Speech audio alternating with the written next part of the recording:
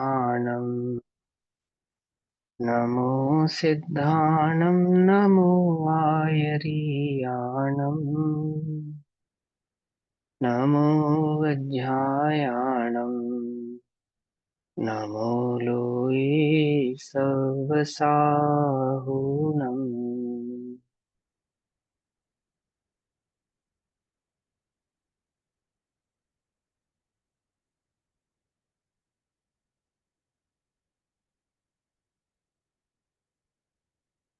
ओंकारं बिन्दुसंयुक्तं नित्यं ध्यायन्ति योगिनः। कामदं मोक्षदं चैव ओंकाराय नमो नमः। तज्जयति परं ज्योतिः समं समस्तैरनन्तपर्याये दर्पणतलैव सकला प्रतिफलति पदार्थमालिका यत्र।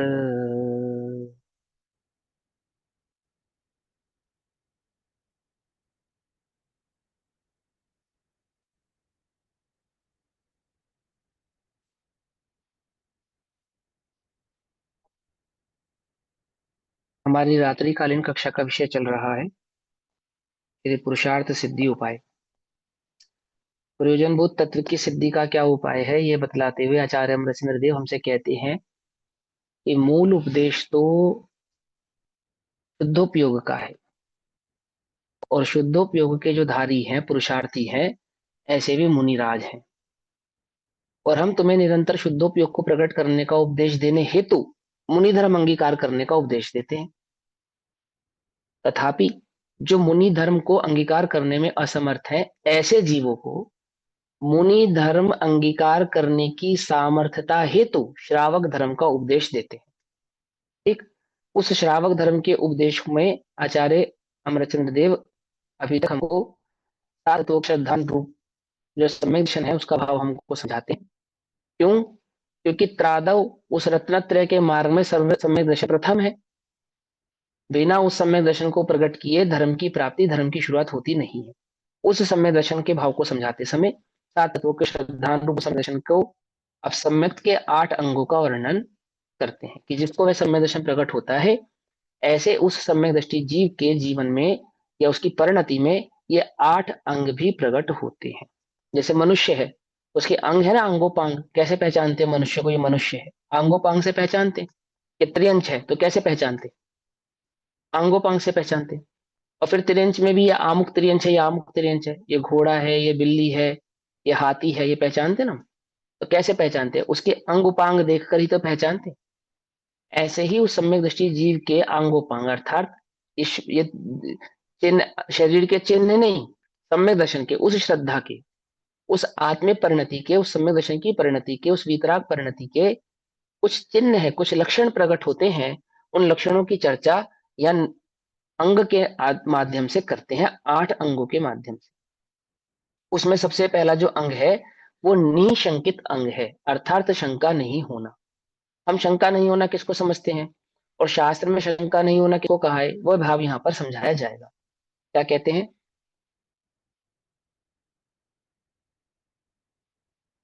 सकल मन एकांतात्मक मिद मुक्तम वस्तु जा आम खिल जग खिलज्ञ ही किमु सत्य मत्सव्यम वा न जातु शंकेति कर्तव्याः।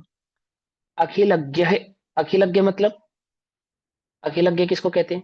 अखिलज्ञ कहते हैं सर्वज्ञ को। अखिलज्ञ अर्थात सर्वज्ञ, अखिल यानी समस्त, अज्ञ अर्थात जानने वाला, समस्त को जानने वाला। तो कौन है?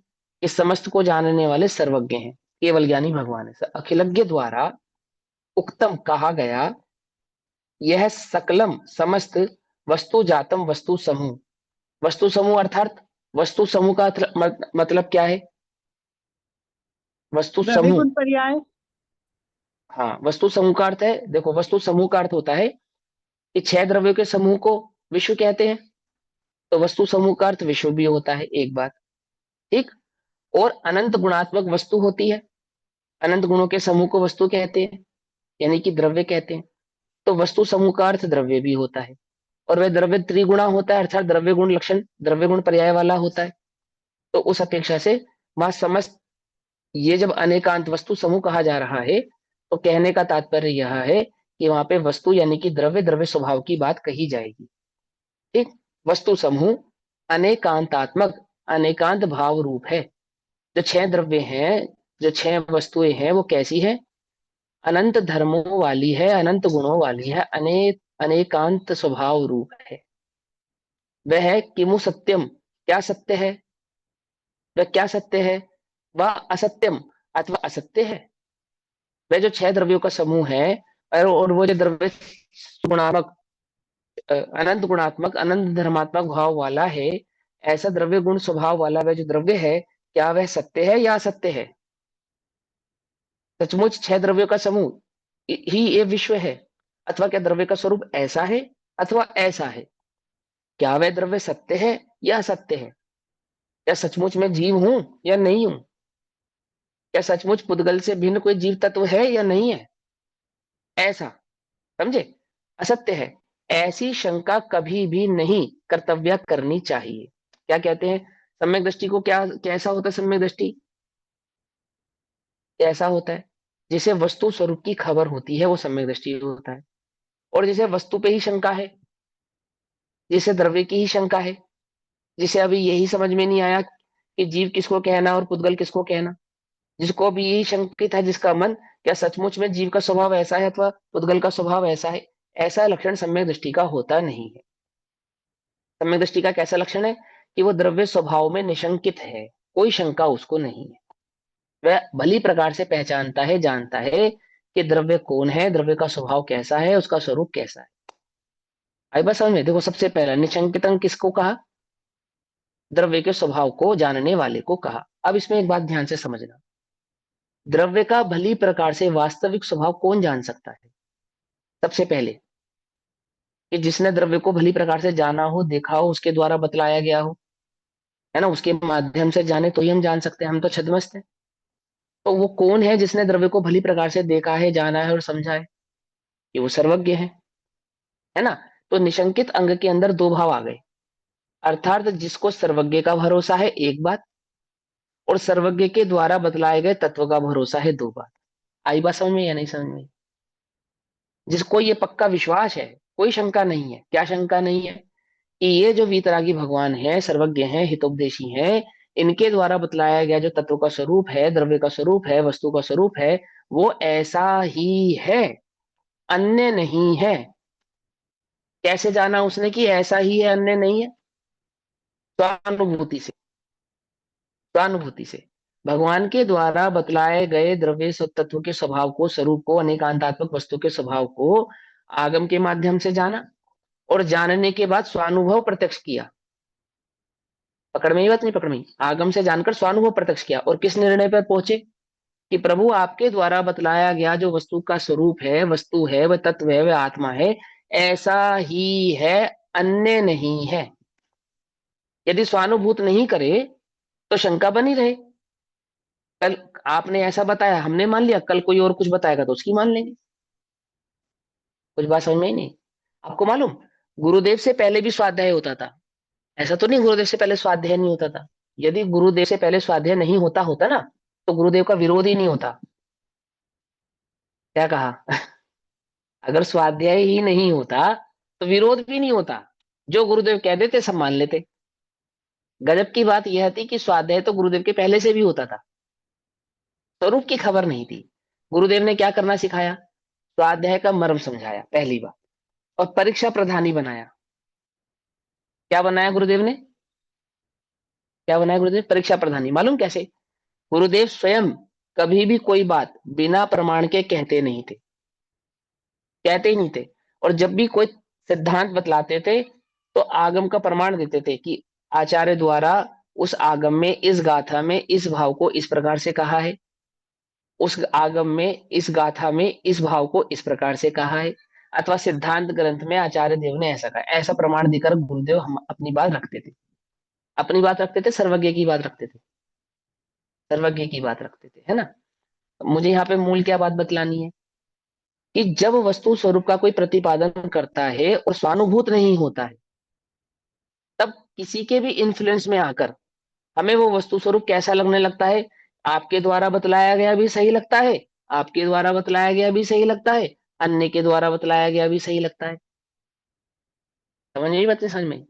तो वह उसको क्या होता है, वो सही निर्णय पर, सही निश्चित भाव पे पहुंच नहीं पाता।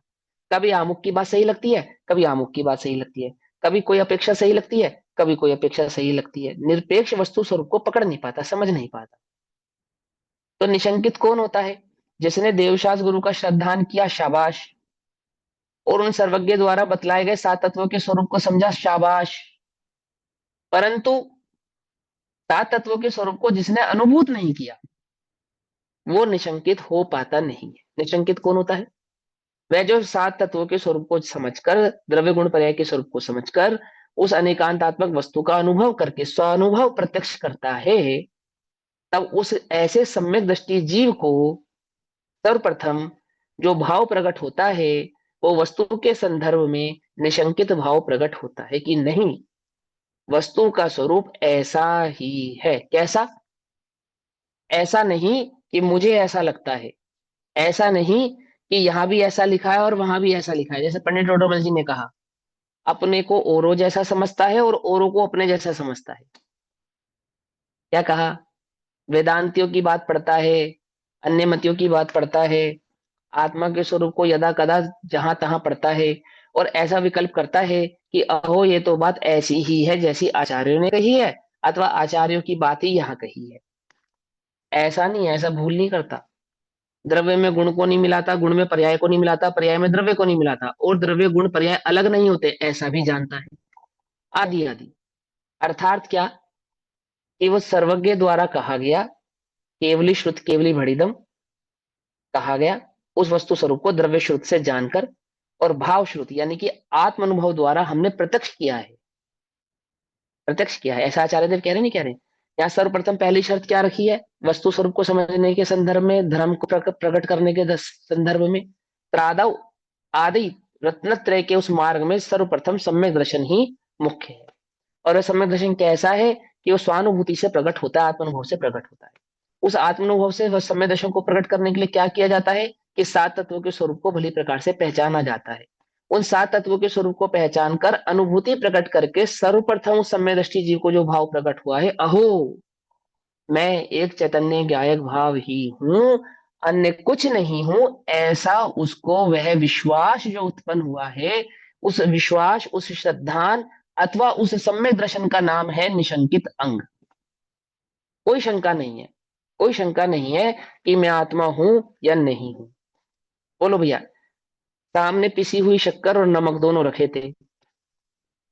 जब तक चखा नहीं था, चखना यानी कि अनुभव, जब तक चखा नहीं था, तब तक क्या शंका थी? कि ये नमक है या ये शक्कर है, इन दोनों में से नमक कौन है और शक्कर कौन है। और चखने के बाद जैसे ही चखा, क्या पक्का विश्वास हो के अंदर में निशंकित भाव प्रकट हुआ या नहीं हुआ? क्या निशंकित भाव प्रकट? अहो यह शक्कर ही है, ऐसा, ऐसा निशंकता भाव प्रकट हुआ ना। अब बोलो, अब उसको दूध में मिलाने में कोई शंका करोगे? कोई शंका करोगे? कोई शंका नहीं करोगे। इतनी रत्ती भर भी शंका नहीं करोगे। कह रहे थे भैया नमक जैसा लग रहा है, अरे लगने तो हमने चखा है, लगने दो, हमने चखा है, हमने चखा है, हमें पता है ये शक्कर ही है। आई बात समझ में नहीं? ऐसे उस अनुभूति में क्या प्रकट हुआ? हो यह आत्मा ही है, आत्मा चैतन्य ही है, अन्य कुछ नहीं है, एक ज्ञान स्वभाव ही है, अन्य कोई भाव आत्मा नहीं है, ऐसा उस अनुभूति में जानने पर, अर्थात वह सम्यक दर्शन ही, उस सम्यक दर्शन का ही दूसरा नाम है निशंकित बना। क्या निशंकित बना? कि मुझे कोई शंका नहीं है कि मैं चैतन्य ज्ञायक तत्व हूं और कुछ नहीं। आई बात समझ में या नहीं समझ में? दो श्रद्धा कैसे? एक देवशास्त्र गुरु की श्रद्धा, और उनके द्वारा बतलाया गया तत्व और तत्व को अनुभूत करके इस भाव पे पहुंचा कि मैं एक चैतन्य ज्ञायक भाव ही हूं, अन्य कुछ नहीं हूं, ऐसे निर्णय का नाम निशंकित अंग है। आई बात समझ में? अपने को कभी कभी क्या लगता है, आत्मा हूं या शरीर हूं? सुख आत्मा में है या धन में है? कहाँ है? मुझे सुखी दुखी जगत में सचमुच कोई नहीं कर रहा, या मैं अपने अज्ञान से ही दुखी हूं? ऐसा शंका होती है नहीं होती है? समय दृष्टि को नहीं होती। वह निशंकित है। निशंकित है, क्या निशंकित है? कि मेरे सुख का जो भाव है, अर्थात मैं ही हूं, और एक चैतन्य ज्ञायक भाव के सिवा मैं अन्य कुछ नहीं। ये बात उसको अंदर में क्या हो गई है, पूरी तरीके से विश्वास हो गया। हाँ मीतू जी, कोई प्रश्न पूछना है आपको?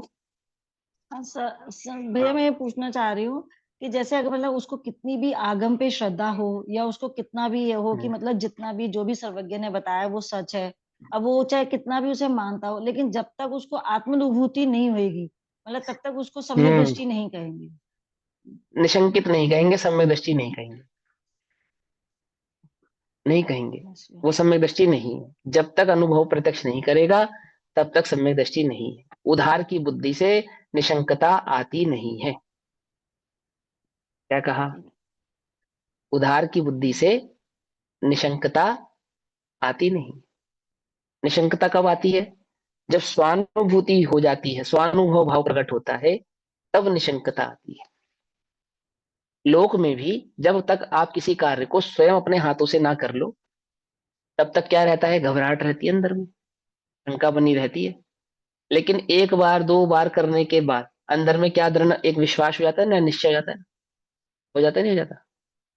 जब बच्चे को ये भरोसा हो जाता है कि पिताजी ने, पापा ने पीछे से साइकिल नहीं पकड़ी है, मैं अपने दम पर ही चला रहा हूं, क्या, फिर उसको भरोसा हो जाता है पूरा, क्या, कि अब मैं इस साइकिल को चला सकता हूं। है ना? दो बातें। पहले पहला पैडल मारता है इस विश्वास के साथ कि पिताजी ने पकड़ा है ना? और जब भरोसा हो जाता है, पिता को भरोसा हो जाता है तो छोड़ देते हैं, और जब वो देखता है कि वो पापा ने नहीं पकड़ा, मैं स्वयं चला रहा हूँ, उसको भी भरोसा हो जाता है, फिर वो पिताजी की इच्छा नहीं रखता। नहीं रखता ना? ऐसे ही पहले देवशास्त्र गुरु का श्रद्धान किया, उनके आधार से वस्तु स्वरूप को समझा, और समझने के बाद जब स्वानुभूति प्रत्यक्ष किया, तब पूरा निशंक भाव प्रकट हो गया, ओहो ऐसा ही है, अन्य नहीं। समझे? ऐसा। तो क्या कहते हैं टीका में, अखिलज्ञ ही इदम सकलम वस्तु जातम अनेकांतात्मक उक्तम किमु सत्यम व असत्यम व जातु इति शंका न कर्तव्य। जो इस प्रकार की शंका नहीं करता कि ये जो अनेकांत का स्वरूप सर्वज्ञ द्वारा बतलाया गया है, ये ऐसा है या ऐसा है, सच्चा है या झूठा है, इसमें सत्यता क्या है। सर्वज्ञ देव ने यह समस्त जीवादि पदार्थों का समूह, अर्थात वो जो छह द्रव्यों का स्वरूप, अर्थात वो जो सात तत्वों का स्वरूप, अनेकांतात्मक अर्थात अनेक स्वभाव सहित कहा है। जिनेन्द्र देव द्वारा बतलाया गया जो छह द्रव्य सात तत्वों का स्वरूप है, नौ पदार्थों का स्वरूप है, ये अनेकांतात्मक भाव वाला, स्याद्वत भाव वाला, क्या यह सच्चा है या झूठा है? क्या यह ऐसा ही है या अन्य है? ऐसा शंका कभी नहीं करता या करनी चाहिए, यह निशंकित है। और किसको नहीं होती ऐसी शंका? सहज ही नहीं होती। किसको? जिसने वो स्वानुभूति प्रकट करके जाना है कि वह चैतन्य ज्ञायक भाव ही है। और कैसा चैतन्य हो? वह अनुभूति को कहां से मिलान किया उसने? उस भाव श्रुत आगम का जो प्रमाण है। हाँ, भाव श्रुत का प्रमाण क्या है? द्रव्य द्रव्य श्रुत। श्रुत। हाँ, ये गजब की बात है। द्रव्य श्रुत के आधार से प्रकट हुआ भाव श्रुत निमित्त नैमित्तिक की अपेक्षा से है। और उस भाव श्रुत का जो प्रमाण है, प्रमाण, वो क्या है? अनुभूति। कि वो प्रत्यक्ष, वो स्वानुभूति प्रत्यक्ष तो है ही। और वह स्वानुभूति प्रत्यक्ष वो जो प्रमाण है, वो है द्रव्य श्रुत। वह द्रव्य श्रुत उसको प्रमाणिक करता है कि जो तुझे अनुभूति हुई है, यदि वो द्रव्य श्रुत से मिलान करती है, मैच होती है, तो सत्य है। और द्रव्य श्रुत से मैच नहीं होती है तो बोलो, असत्य है। मैंने आत्मानुभव किया भैया, मैंने आत्मानुभव किया। अच्छा, क्या किया आपने? आत्मानुभव में कैसा अनुभव हुआ आपको? अब आपने अपना अनुभव बदला। यदि वे आगम से मिल ही खाता है, नहीं समझे? अनुभव आगम से मिलान कैसे खाता है बताओ? अब ये गजब की बात है। ज्ञानी भी, ज्ञानी भी, गुरुदेव स्वयं भी, जब बहन श्री को सम्यक दर्शन हुआ, अन्य जीवों को जिनको सम्यक दर्शन हुआ, स्वगानी जी को हुआ, आदि आदि अमुक अमुक जीवों को हुआ, उनके साथ जो हुई चर्चा अनुभूति के संदर्भ में, उस चर्चा का जो प्रमाण था क्या था? कहां से मिलान किया था? अपनी अनुभूति से नहीं, कि हाँ मुझे भी ऐसा अनुभव हुआ था और आपको भी ऐसा अनुभव हुआ, ऐसा नहीं। आगम से, आगम से प्रमाणित करके ये बात नक्की और सिद्ध होती है कि आपको जो अनुभूति प्रकट हुई है वह वास्तविक है या काल्पनिक है। आई बात समझ में, नहीं समझ में? अब ये बात को थोड़ा बड़े गहराई से समझना पड़ता है ना? तो क्या कहते हैं कि अब फिर कहा, क्या कहा, उसको कोई शंका नहीं है। किस पे शंका नहीं है? देव पर शंका नहीं है। देव द्वारा कथित केवली, देव माने केवली सर्वज्ञ भगवान, सर्वज्ञ भगवान पर शंका नहीं है। सर्वज्ञ भगवान के द्वारा बतलाया गया जो वस्तु स्वरूप है, ऐसे जिन वचन पे शंका नहीं है। और उस जिन वचन के आधार से प्रकट किया वो सम्यक दर्शन, जो स्वानुभव प्रकट किया, उस स्वानुभव का जो मिलान हुआ, वस्तु स्वरूप को जानकर वस्तु स्वरूप से जो मिलान किया, तो उस जीव को जो भाव प्रकट हुआ कि अहो मैं चैतन्य ज्ञायक भाव ही हूं, अन्य कुछ नहीं हूं, ऐसे श्रद्धान का नाम है निशंकित अंग। आई समझ में? हाँ भाई, पूर्वी जी पूछो, आपका क्या प्रश्न है? सर, आप जो श्रद्धान की बात कर रहे हैं, एज अ स्टूडेंट मुझे ऐसे लग रहा है हम लोग डेवलप कर रहे हैं, क्योंकि हम ये रोज समझ रहे हैं। अनुभूति अभी तक हुई है या नहीं, that is a questionable mark, क्योंकि आप जैसे अभी बता रहे हैं। मगर हमारी दृढ़ श्रद्धान है कि हम ये जो हम्म देव शास्त्र गुरु को हम समझते हैं वो हमारे लाइफ हम्म में हम इम्प्लीमेंट करें।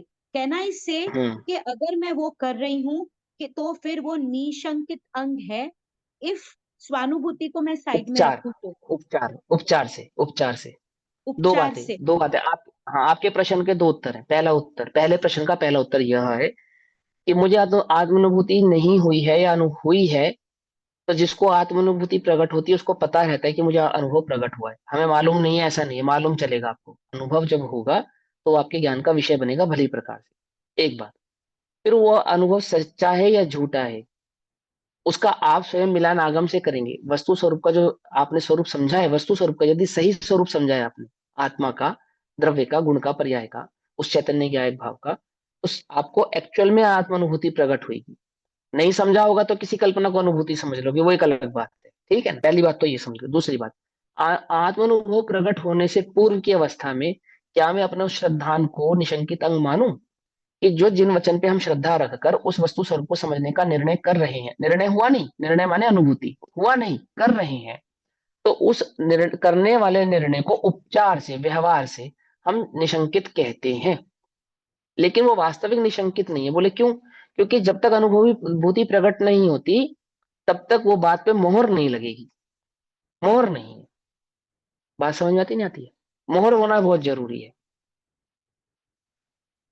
बिना मोहर के वो वास्तविक निशंकता कहलाती नहीं है। और उसकी मोहर क्या है कि अनुभव ही उसकी वास्तविक मोहर। ऐसा श्रद्धा, ऐसा श्रद्धान, ये व्यवहार का श्रद्धान तो इस जीव ने अनादि काल में अनंत बार किया है। तो यह पहली बार जैन थोड़ी हुए हैं।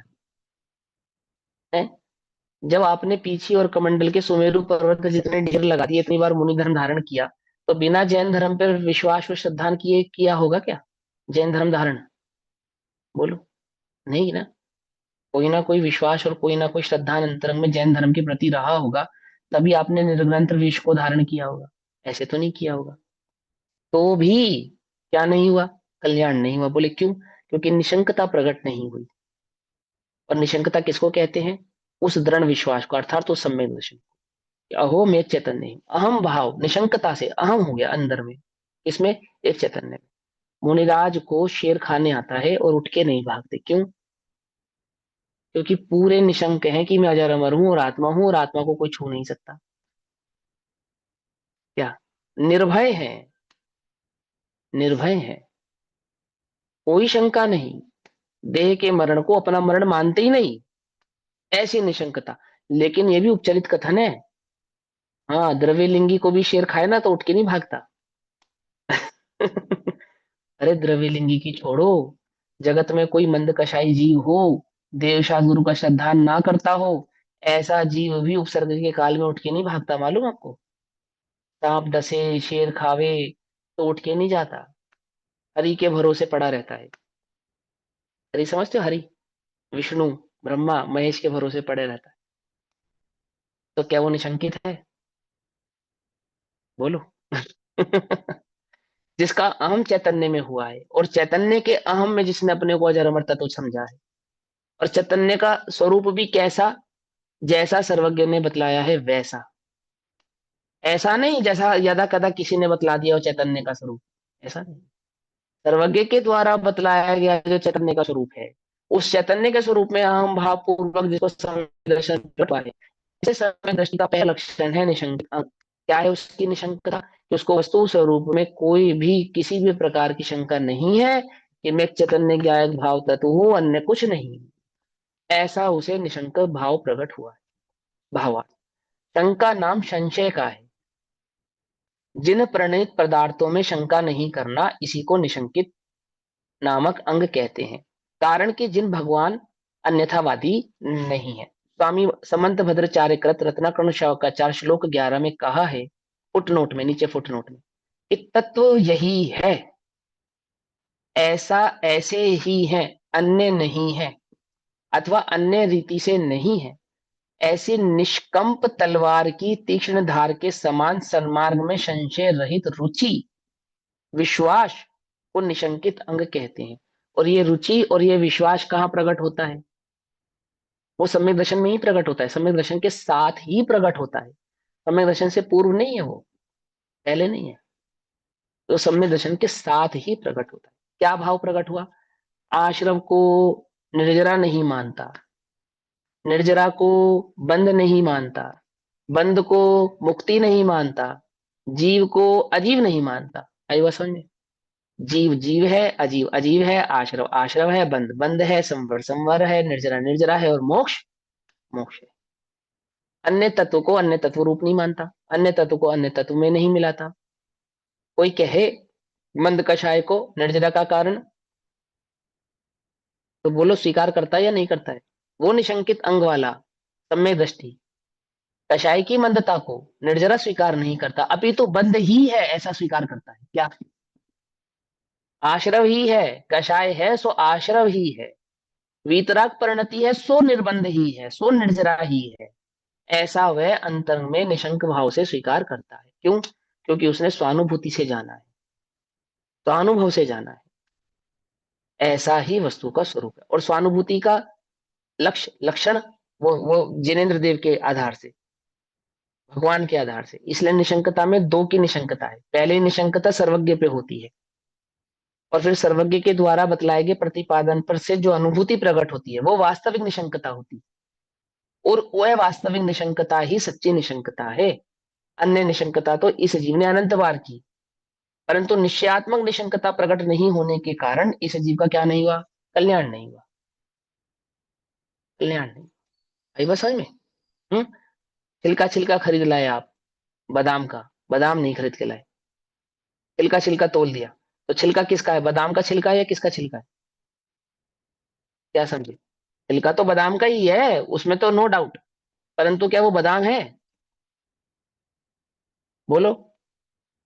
नहीं है। अब ये बात तो सही है कि बादाम के छिलके को बादाम का छिलका कहेंगे, कि भैया देख लो आप छिलका बादाम का ही है। अरे प्रभु, छिलका बादाम का है, इसके लिए हम मना नहीं करते, परंतु छिलका खरीदना उद्देश्य है या बादाम खरीदना उद्देश्य? उद्देश्य क्या है बोलो?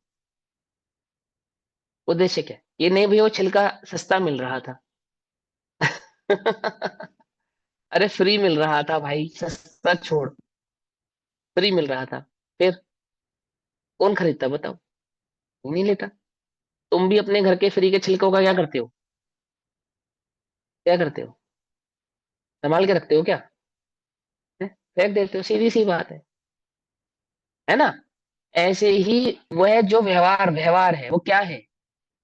कि बिना निश्चयात्मक तत्व के तो वो छिलका है, बस कुछ नहीं। निषेध नहीं कर रहे हैं, लेकिन वो छिलका है भाई। यदि तू उसे बादाम माने, छिलके को बादाम माने, तो बोलो तेरा क्या होगा? कोई बादाम का छिलका बादाम समझ के खाए तो क्या होगा बोलो? बोलो। निस्तेज हो जाएगा, निस्तेज। मालूम? जो बादाम खाने से तेज आता, वो छिलका खाने से निस्तेज हो जाएगा, उल्टा हो जाएगा काम। ऐसा वस्तु स्वरूप समझे। क्या कहते हैं?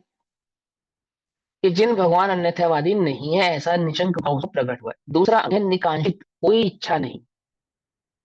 इच्छा नहीं अर्थात, इच्छा नहीं का अर्थ क्या है?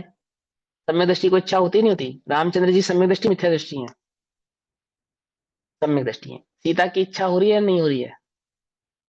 हो रही है। सम्यक दृष्टि को तो निकांश तब होता है, कोई इच्छा नहीं होती। इच्छा किसको कहते हैं, है ना? कांक्षा किसको कहते हैं, तो समझेंगे। देखो आचार्य देव क्या कहते हैं। ये जन्मनि विभवादिन्यमुत्र चक्रत्विकेशवत्पादीन एकांतवाद दूषित परसमयानपि च नाकांक्षेत। यह जन्मनि लोक में, अर्थात इस लोक की, जहां जन्म हुआ है इस लोक की, विभाव दीनी ऐश्वर्य संपदा आदि अमुत्र परलोक में चक्रित्व शित्व वादिना चक्रवर्ती नारायण आदि पदों को और एकांतवाद दूषित परसयान एकांतवाद से दूषित अन्य धर्मों को भी न आकांक्षेप न चाहे, उसको निकांक्षित अंग कहते हैं। क्या कहते हैं देखो, निकांक्षित अंग का अर्थ होता है कांक्षा नहीं होना। क्या कांक्षा नहीं होना, किस प्रकार की कांक्षा नहीं होना? तो सबसे बड़ी कांक्षा यह है कि इस जीव को रंच मात्र भी ऐसी कांक्षा नहीं है कि मैं इस लोक संबंधी ऐश्वर्य संपदा को, यानी कि नश्वर तत्व को अविनश्वर बना लूं। पकड़ में बात, अविनश्वर कभी नष्ट नहीं होगा, ये सुख संपदा कभी नष्ट नहीं होगी, ऐसी कोई आकांक्षा उसको नहीं है। एक बात। और पर में सुख है, ऐसी कोई आकांक्षा उसको नहीं है। मूल बात यह है, जिसने आत्मानुभव किया है उस आत्मानुभवी जीव को यह पता है कि ये जो सुख मैंने भोगा उस आत्मानुभूति के काल में, वह सुख कैसा था कि ऐसा सुख तो मैंने कभी भोगों में पाया नहीं। नहीं पाया ना? कैसा है वह? निराकुल सुख है। ऐसा निराकुल सुख जिसमें कोई आकुलता नहीं है। यह निराकुल सुख किसके आधार से उत्पन्न होता है? किसके आधार से उत्पन्न होता है? आत्मा के आधार से होता है। अब आत्मा के आधार से उत्पन्न होने वाला सुख मुझे पर पदार्थ के आधार से उत्पन्न होगा, ऐसी कोई आकांक्षा वह करता नहीं है। क्या कहा? नहीं समझे? मैं फिर समझाता हूं। देखो, शक्कर कैसी है? मिठास है। अब घर में शक्कर खत्म हो गई, तो तुम नमक से आकांक्षा करते हो कि ये मीठा मीठा हो जाए। क्यों? वो भी तो सफेद है, शक्कर जैसा ही दिखता है। 9 बार नमोकार मंत्र पढ़ के और उसको डाल देंगे। और नमक को क्या मालूम, नमक को शक्कर के डब्बे में डाल के कुछ दिन रख के फिर उस नमक को शक्कर की जगह इस्तेमाल कर लेंगे। ऐसी कोई कांक्षा करता है? बोलो, नहीं करता ना। क्यों? तुम्हें पूरा पक्का विश्वास है कि अगर मिठास मिलेगी तो शक्कर से ही मिलेगी, नमक से नहीं मिलेगी। है ना ये विश्वास तुम्हें, या नहीं है? निशंकित भी है। और नमक से शक्कर की कांक्षा नहीं है। क्या कहा? नमक से मिठास की क्या नहीं है? कांक्षा नहीं है। ऐसे ही सम्यक दृष्टि को पर पदार्थों से सुख की क्या नहीं है? कांक्षा नहीं। निराकुल सुख की कांक्षा नहीं। उसने निराकुल सुख वो जो चैतन्य के आधार से उत्पन्न हुआ, प्रकट किया, भोगा। पूरा दृढ़ विश्वास है कि वह निराकुल सुख यदि कहीं उत्पन्न होगा तो आत्मा के आश्रय से ही उत्पन्न होगा, पर के आश्रय से उत्पन्न होता नहीं। आई बात समझ में या नहीं समझ में? समझ में आती है? आती है ना? आहा, नमक से मिठास की कांक्षा नहीं करते, मिथ्या दृष्टि भी नहीं करते। ऐसे ही भोगों से निराकुल सुख की कांक्षा नहीं करते। कौन? समय दृष्टि नहीं करते। सीधी सीधी बात। ना इस भाव में, ना पर भाव में, ना किसी पद के आधार से, ना अन्य किसी के आधार से। निराकुल सुख की कांक्षा पर पदार्थों से जिन्हें नहीं है, ऐसे निकांक्षित अंग वाले कौन है? वे सम्यक दृष्टि है। आई बात समझ में? क्या समझ में? रामचंद्र जी को सीता की इच्छा है, बिल्कुल है। परंतु सीता निराकुल सुख का कारण है, ऐसा उनके चित्त में कदापि नहीं है। ऐसा। आई समझ में बात या नहीं समझ में? उस चक्रवर्ती को वह 6 खंड की विभूति को जीतने की इच्छा है, परंतु वह 6 खंड की विभूति निराकुल सुख का कारण है, ऐसी कोई कांक्षा नहीं है। समझे या नहीं समझे? वे जंगल में बैठे भावलिंगी संत मुनिराज आगम लिखते हैं, शास्त्र लिखते हैं, देव शास्त्र गुरु की भक्ति करते हैं, और उस भक्ति को उस आगम लिखने वाले परिणाम को, ये परिणाम, ये भक्ति, ये निराकुल सुख के कारण है, ऐसा कदापि कदापि कांक्षित कांक्षा रखते नहीं है। भरपूर सुखी कर दोगे तुम, ये सोचे सन्मुख खड़ा रहा। क्या है ना, दादा की पूजा की लाइन में आता है ना, भगवान के समक्ष क्यों खड़े रहे हम, कि आप मुझे सुखी कर देंगे।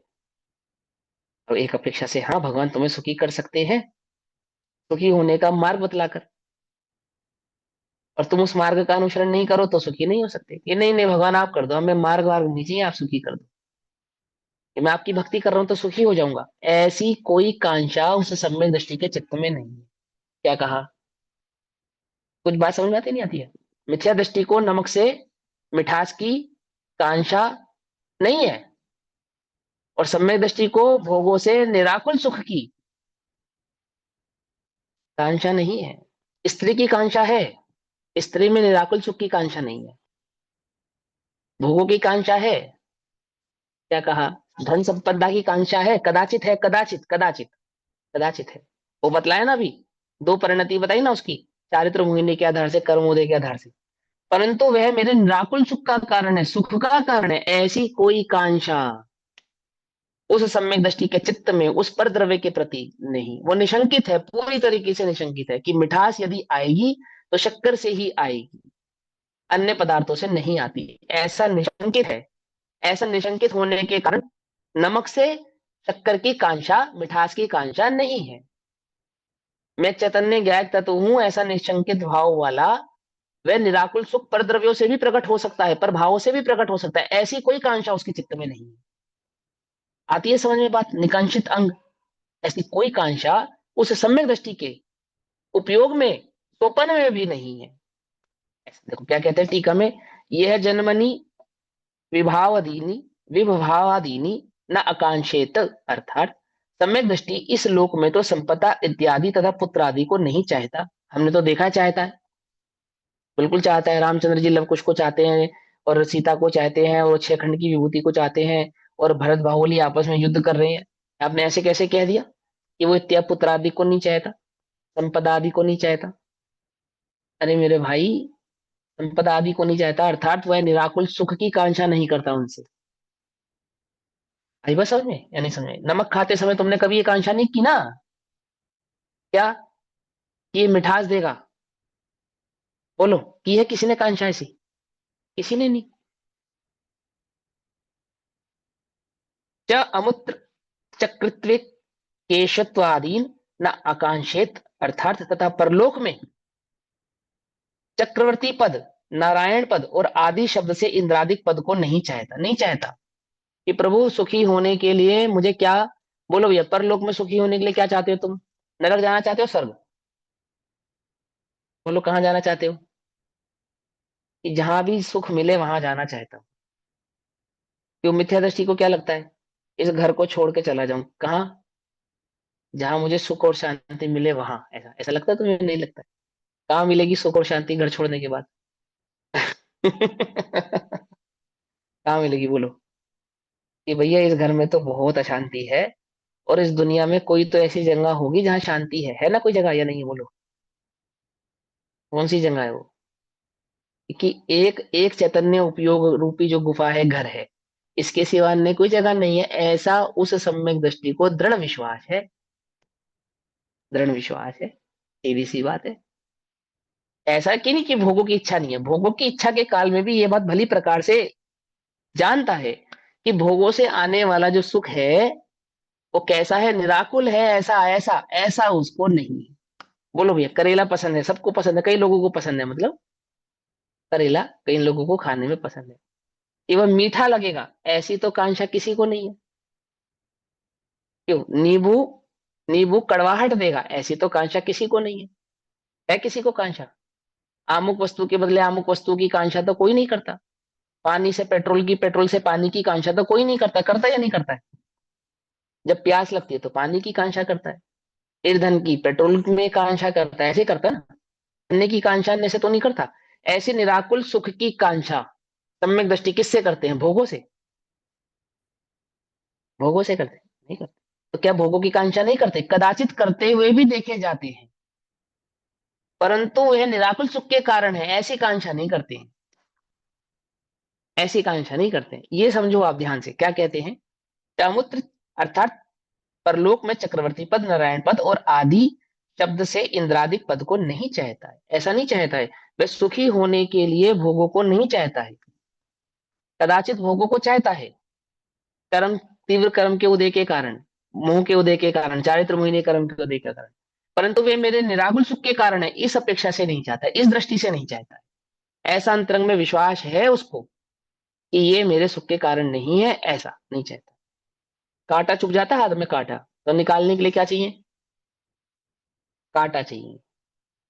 और कांटा निकल जाने के बाद कौन सा कांटा संभाल के रखते हैं हम, हाथ वाला या जिसने कांटा निकाला था वो वाला?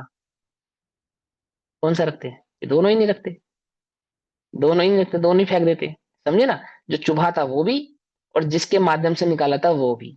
ऐसे ही तीव्र कषायों की तीव्र कषायों के उदय में, तीव्र उदय में उन तीव्र कषायों की शांति के लिए कषाय संबंधित भोगों की इच्छा भी कदाचित करते हैं, परंतु कषाय मंद हो जाने पर ना तो उस कषाय भाव को अपना रखते हैं और ना उन भोगों की दृष्टि करते, दोनों को छोड़ देते एक सेकंड में। कितनी देर लगती है छोड़ने में, बोलो? 98,000 नारी छीनक में दीनी छाड़ी, अरे मन तान विहारी काहे तू डर तू है। तू क्यों डरता है? मिथ्या दृष्टि से कह रहे हैं, तुझे क्या डर लग रहा है? देख सम्यक दृष्टियों को, देख, देख ज्ञानियों को। अरे 96,000 नारी ऐसे छोड़ दी, जैसे कोई छींकता है ना, छींक, वैसे तो उसका अर्थ है छिणक, यानी कि एक क्षण में छोड़ दी। वो गुरु पंडित जी क्या अर्थ करते हैं उसका? जैसे कोई छींक देता है, कितनी देर लगती है बताओ? बस छींकी और बात खत्म, ऐसे छींक की तरह छोड़ दिया। छिणक यानी कुछ ही एक क्षण ने लगाया छोड़ने में, कितनी देर लगाई? 96,000 नारी छिणक में दीनी छाड़ी, अरे रमता विहारी काहे तू डर तू है। तू काहे को डरता है ना? तो क्या कहते हैं? तथा परलोक में नहीं चाहता। एकांत वाद दूषित परसयाम अपि न आकांक्षित वस्तु के एकांत स्वरूप को कथन करने के कारण, जो दूषित है अर्थात जिसने वस्तु को भली प्रकार से नहीं पहचाना है, क्या कहते हैं? वस्तु के एकांत स्वरूप को कथन करने के कारण। एक एकांत स्वरूप का कथन कौन करेगा? जिसको वस्तु स्वरूप की खबर नहीं होगी वो करेगा। अर्थात जिसने वस्तु को किसी एक पक्ष से देखा या समझा, है ना, और उस एक पक्ष से वस्तु को या वो पकड़ने की या समझने की चेष्टा कर रहा है, यानी कि जिसने भली प्रकार से जिन वचनों को नहीं समझा, नयों के भाव को भली प्रकार से नहीं समझा, जो या तो निश्चय नय में अथवा जो व्यवहार नय में क्या हो रहा है, मलेच्छ हो रहा है, दूषित हो रहा है, ऐसे अन्य मत हैं, उनको भी नहीं चाहता। अर्थात एक सर्वज्ञ भगवान के सिवा, एक जिनेन्द्र भगवान के सिवा, एक जिनेन्द्र की वाणी के सिवा अन्य किसी धर्म को वह चाहता नहीं। ये बात क्यों कही? ये इसलिए कही कि कुछ लोग ऐसा कहते हैं कि देखो भैया, हमारे भगवान तो है वीतरागी, सर्वज्ञ, और वो तो कुछ लेते देते नहीं है, तो इसलिए हम क्या करते हैं, वो सरागी देवी देवताओं की पूजा उपासना करते हैं, क्योंकि वो तो ले दे सकते हैं ना। क्या बोले? जो सम्यक दृष्टि होते हैं उन्हें किसी से भी कुछ प्राप्ति की आकांक्षा नहीं। वीतरागी तो कुछ देते नहीं है, और अगर देते भी होते तो वीतरागियों के उपासक कुछ लेते नहीं है क्या? नहीं समझे? क्या समझे? हाँ बोलो दीदी, बोलो। मीतो दीदी, क्या प्रश्न है आपका? भैया, मेरे को ना एक चीज जाननी है। जैसे ये मुनि धर्म अंगीकार करने के बाद भी जो, जैसे हमें श्रावकों को या हमें कई बार दिखता है छद्मस्तों को कि महाराज जी ऐसी इच्छा रख रहे हैं, उनको नहीं रखना चाहिए, तो वहां पे भी निकांक्षित अंग लागू होता है कि हमें सिर्फ दिख रहा है, लेकिन उनके अंदर में ऐसा कोई निराकुल सुख उससे मिलेगा, ऐसा उनको प्रावधान नहीं है। ऐसा भी कुछ होता है या नहीं? जैसे कि क्या इच्छा रख रहे हैं? जैसे सर, ये आजकल जैसे हम देखते हैं ना कि जैसे हर महाराजों के जैसे गुप्ती धाम बना है, सौरभांचल, जैसे मैंने अभी लेटेस्ट देखा कि हर महाराज के नाम से जो उनके वो बन रहे हैं धाम, तो मैं नहीं वो नहीं नहीं, चीज। सिर्फ सुनो सुनो, नहीं। जो इच्छा रखे वो मुनि नहीं, और जो मुनि है सो इच्छा रखे नहीं। ठीक है ना? मतलब मुनि धर्म लोक की अंगीकार इच्छा, करने धाम के की इच्छा बाद नहीं। मतलब कोई इच्छा नहीं इससे होनी इस तरह चाहिए। की इच्छा नहीं, इस तरह की इच्छा नहीं होती, नहीं है, होनी नहीं चाहिए, नहीं। होती नहीं है, हम्म। मुनिराजों के होती नहीं है। व्यक्त तो होती ही नहीं है, अव्यक्त भी नहीं होती है। अरे वे तो वीतरागी संत है। इतना इतना भी जो दोष है वो भी गृहस्थी के है।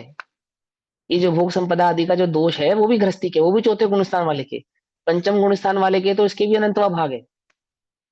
और छठे गुण स्थान वालों के तो व्यक्त तो है ही नहीं, अव्यक्त भी नहीं है। अव्यक्त समझते हो, मन मन वचन काया में तो है ही नहीं।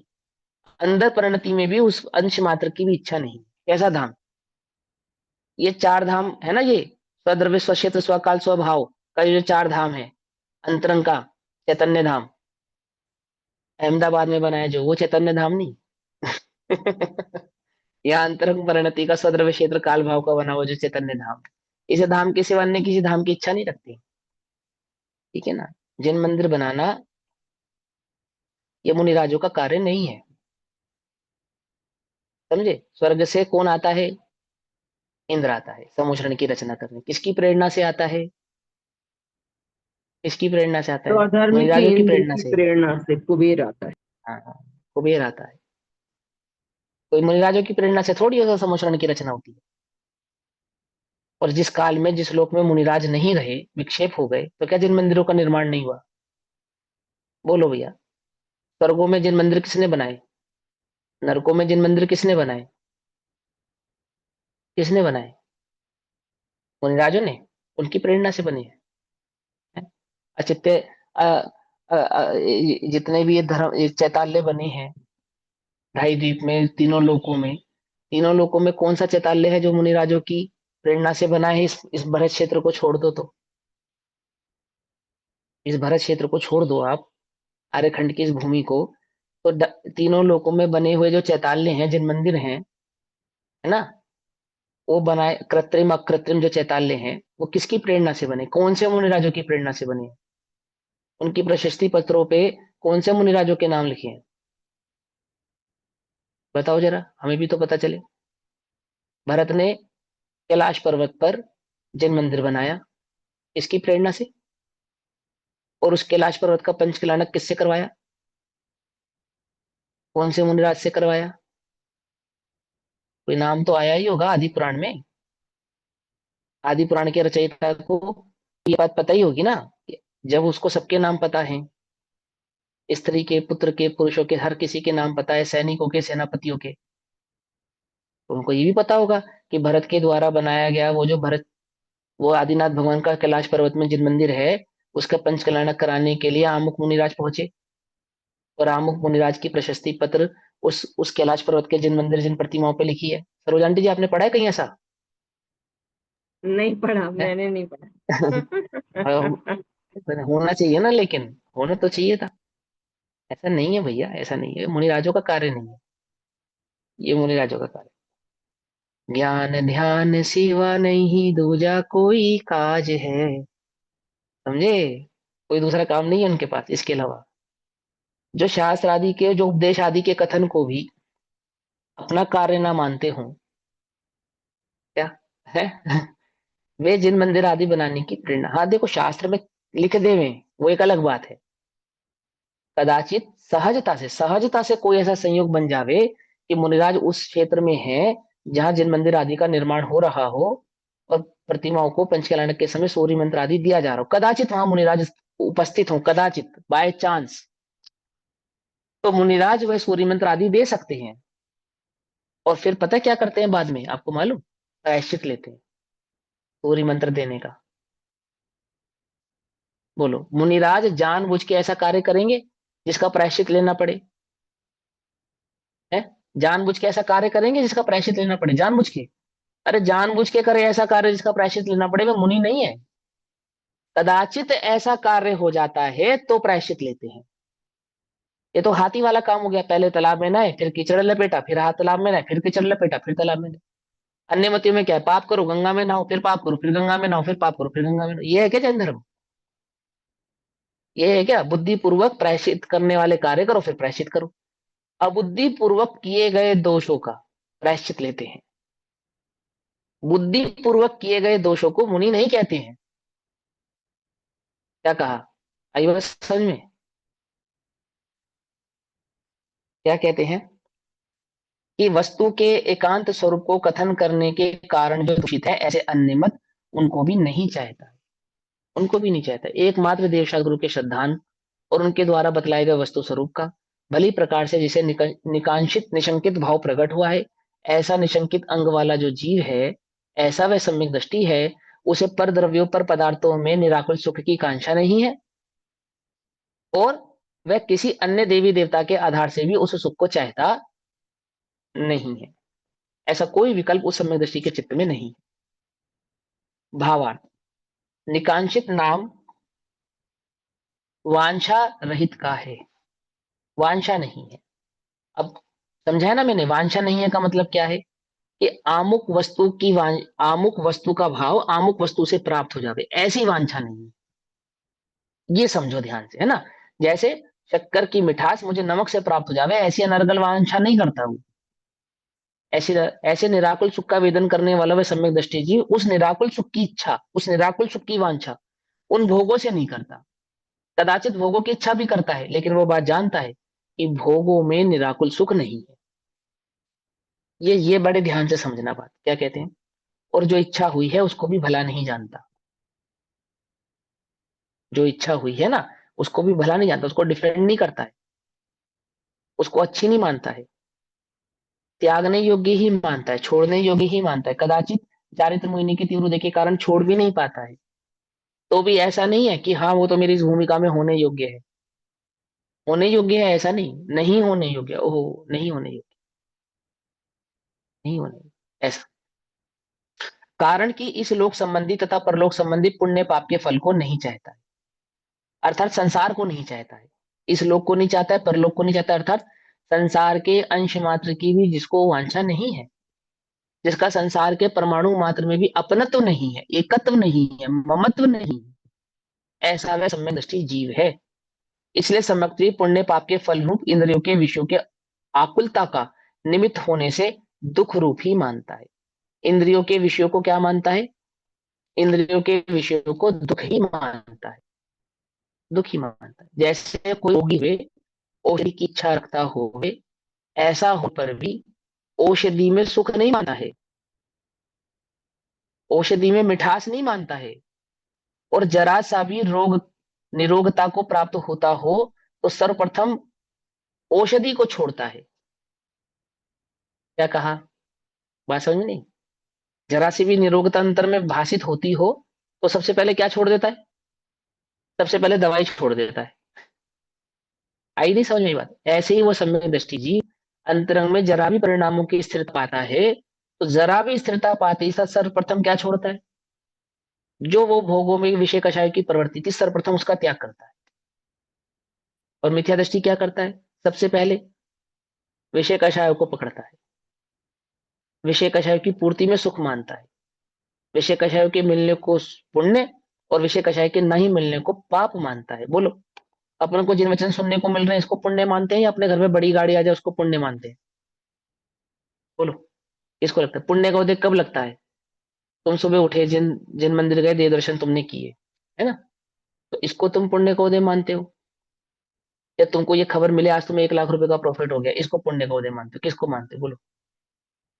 ये जो तुमको क्षेपक्षम ज्ञान प्रकट हुआ है, ये जो तुमको क्षेपक्षम ज्ञान प्रकट हुआ है, ये जो तुमको क्षेपक्षम ज्ञान प्रकट हुआ है, इस क्षेपक्षम ज्ञान के आधार से जो तुमको जिनवाणी का मर्म सुनने और समझने को प्राप्त हो रहा है, तुम्हें जिन वचन समझ में आ रहे हैं, इसको पुण्य का उदय मानते हो। या इस बुद्धि से तिगड़म लगा के 1 के 2, 2 के 4, 4 के 8 कर लो, इसको पुण्य का उदय मानते हो। बोलो, पुण्य का उदय क्या है, इस क्षेपक्षम से मैं 2 के 4, 4 के 8 कर लूं, वो पुण्य का उदय है।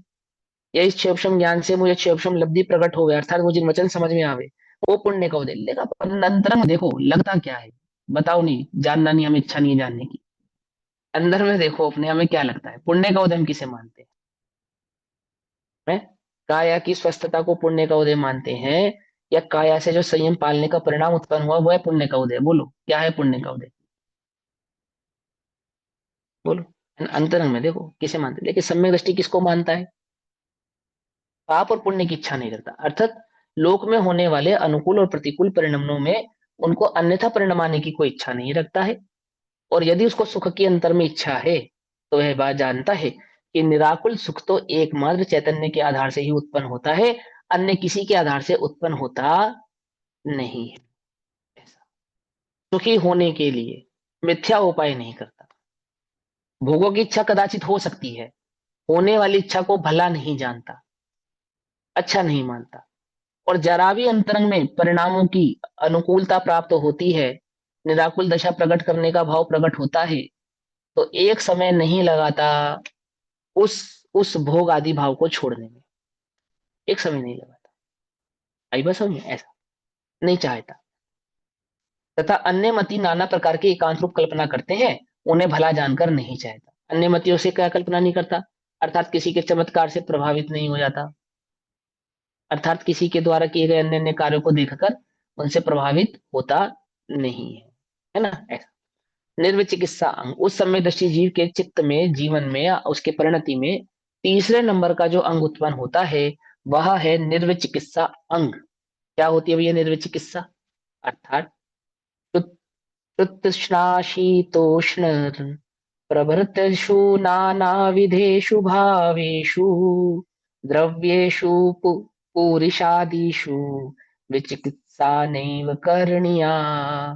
अर्थात शीतोष्ण प्रभृतिषु, अर्थात भूख प्यास सर्दी गर्मी इत्यादि नाना विधेषु, नाना प्रकार के भावेषु भावों में, और पुरुषादिषु विष्टा आदि द्रव्येषु पदार्थों में विचिकित्सा अर्थात गलानी ना एवं नहीं करणीय करना चाहिए। क्या कहते हैं? अब उसकी निर्विचिकित्सा अंग सुनो सीधा सीधा क्या है। सबसे पहली बात है कि उसको गलानी नहीं होती। क्या नहीं होती? क्या नहीं होती? गलानी नहीं होती। किससे गलानी नहीं होती? पापों से गलानी नहीं होती, कषायों से गलानी नहीं होती है पापों की गलानी होती है, कषायों की गलानी होती है, परंतु उसके निर्विचिकित्सा अंग भी होता है, उसके गलानी नहीं होती। क्या गलानी नहीं होती? अब समझो कि जो पर का परिणमन है, जो देह का परिणमन है, उस देह के परिणमन को अपना परिणमन नहीं जानता। पहले तो आप उसकी निर्विचिकित्सा ये समझो। चिकित्सा सुना आपने शब्द? चिकित्सा, चिकित्सा माने, चिकित्सा का अर्थ क्या होता है? उपचार। देह का उपचार करना, चिकित्सा करना, उपचार करना। किसका उपचार करना है ना? लोक में चिकित्सा करते हैं शरीर की, लोक में चिकित्सा करते हैं मन की, ठीक, और ज्ञानी चिकित्सा करते हैं आत्मा की। किसकी चिकित्सा करते हैं वो? आत्मा की। किसकी चिकित्सा नहीं करते? देह की। अब देह की चिकित्सा नहीं करते का अर्थ क्या है? अर्थ समझना थोड़ा ध्यान से।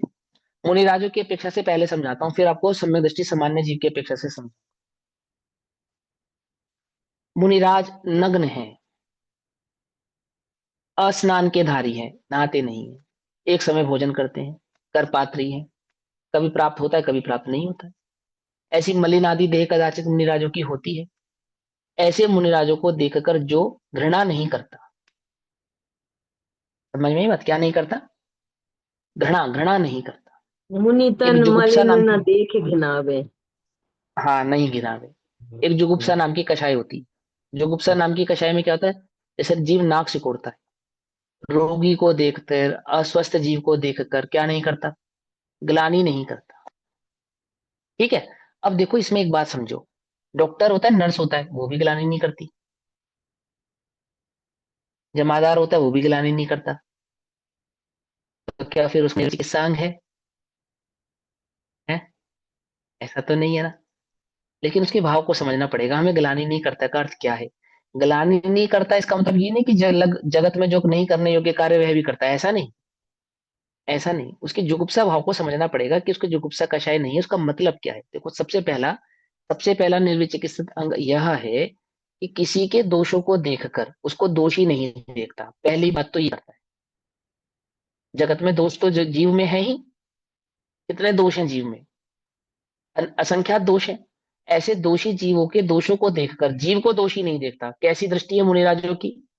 निर्विचिकित्सा अंग की दृष्टि वाले वे मुनिराज, यशोधर मुनिराज, उस राजा श्रेणी के द्वारा सहे गए, कहे किए गए अपमान को जानकर भी उस अपमान का कर्ता राजा श्रेणिक नहीं है, ऐसा निर्दोष देख रहे हैं। कोई गलानी दृष्टि नहीं है, कोई कोई पर के प्रति, अरे ये तो बुरा है, ये तो घिनौना है। ऐसा नहीं। कैसा है? निर्दोष है। पहला ये। अंतरंग में उत्पन्न होने वाले कषाय आदि भाव को जानकर उनकी ग्लानि करते हैं, परंतु निर्दोष गायक को गायक ही देखते हैं, उसको दोषी नहीं देखते हैं। उसको दोषी नहीं देखते, दोष को दोषी जानकर अपने चित्त के दोषों को निकालते हैं और अपने चैतन्य गायक भाव को सदैव निर्दोष देखते हैं। अपने को क्या नहीं देखते? देह नहीं देखते। तुम अपने शरीर को देखो, देखो शीशे में, सफेद बाल देखकर तुम्हें क्या लगता है? क्या लगता है?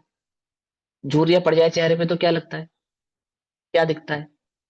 जहां दाग धब्बे नहीं थे ऐसे दाग धब्बे चेहरे पे आ जाए तो क्या लगता है?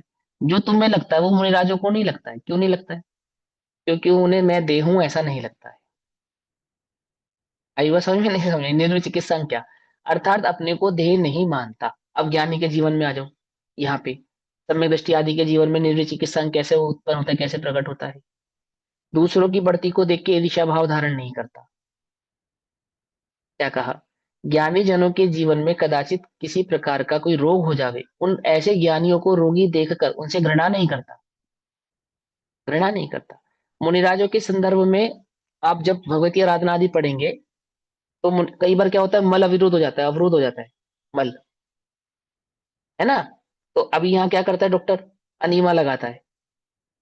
अनीमा लगाता है ना? या ग्लिसरीन की ट्यूब लगाता है। मुनिराज क्या करते हैं?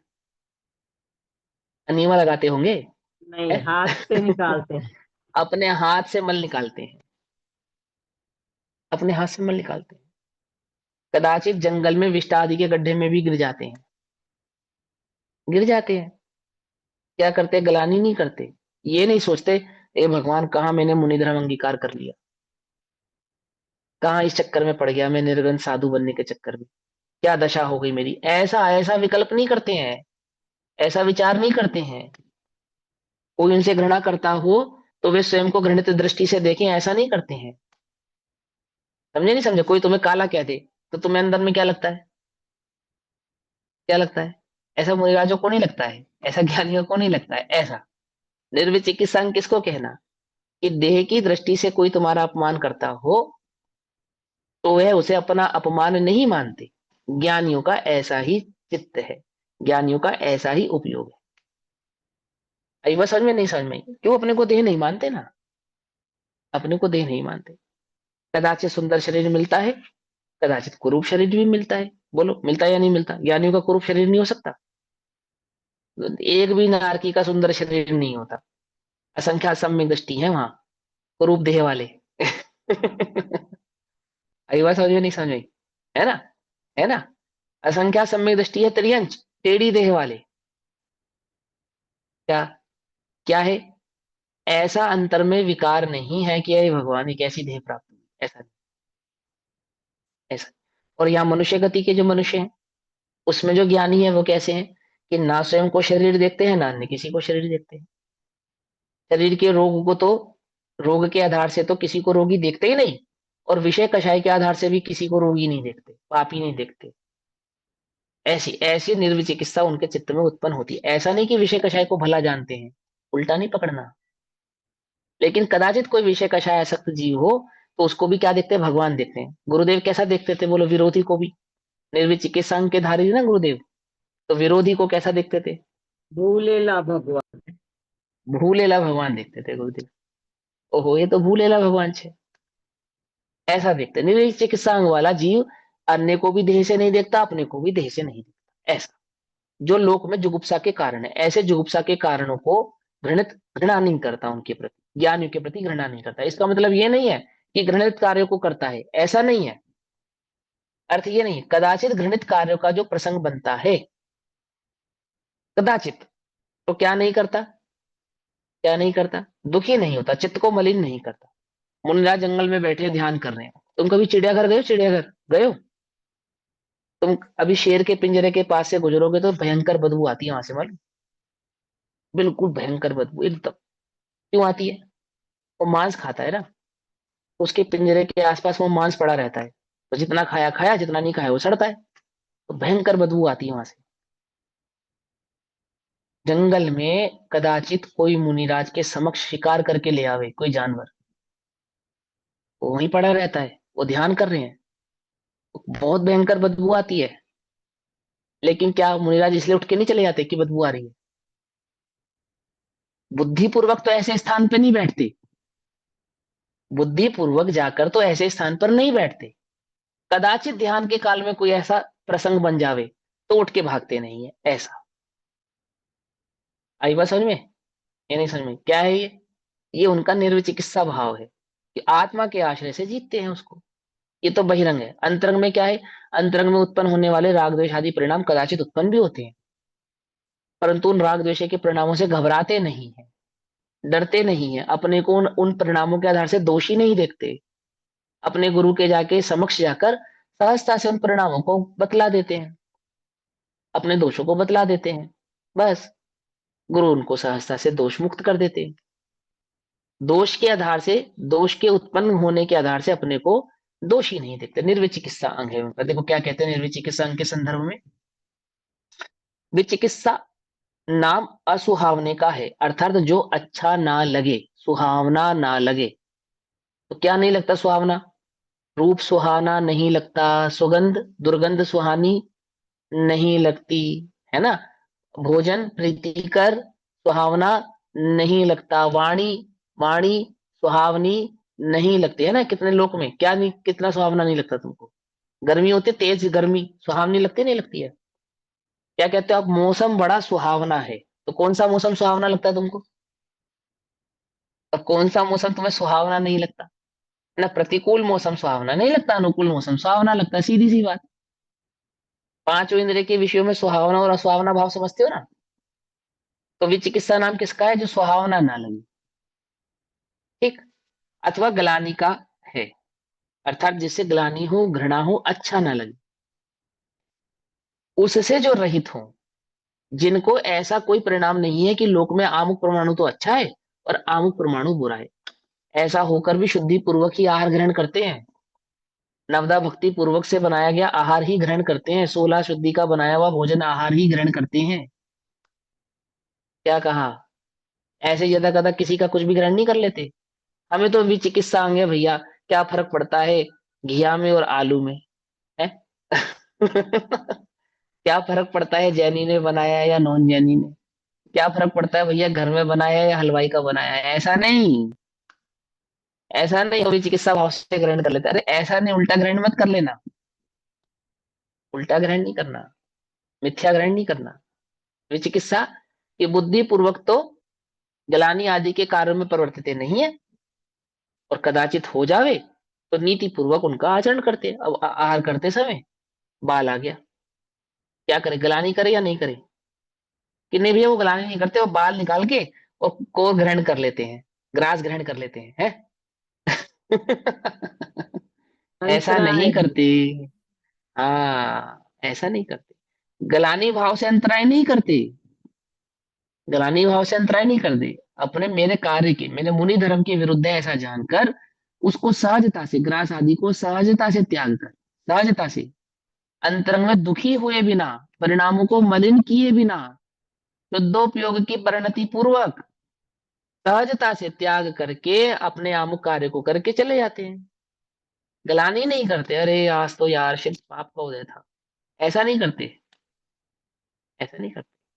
आई बात समझ में? ऐसा उसे निर्विचिकित्सा कहते हैं। पाप के उदय से दुखदायक भावों के संयोग होने पर, अंतिम लाइन क्या लिखे हैं कि पाप के उदय से दुखदायक भावों के संयोग होने पर उद्वेग रूप ना होना, अर्थात परिणामों में कषाय का उत्पन्न ना होना, एकदम से तेजी में ना आना, एकदम से दुखी ना होना,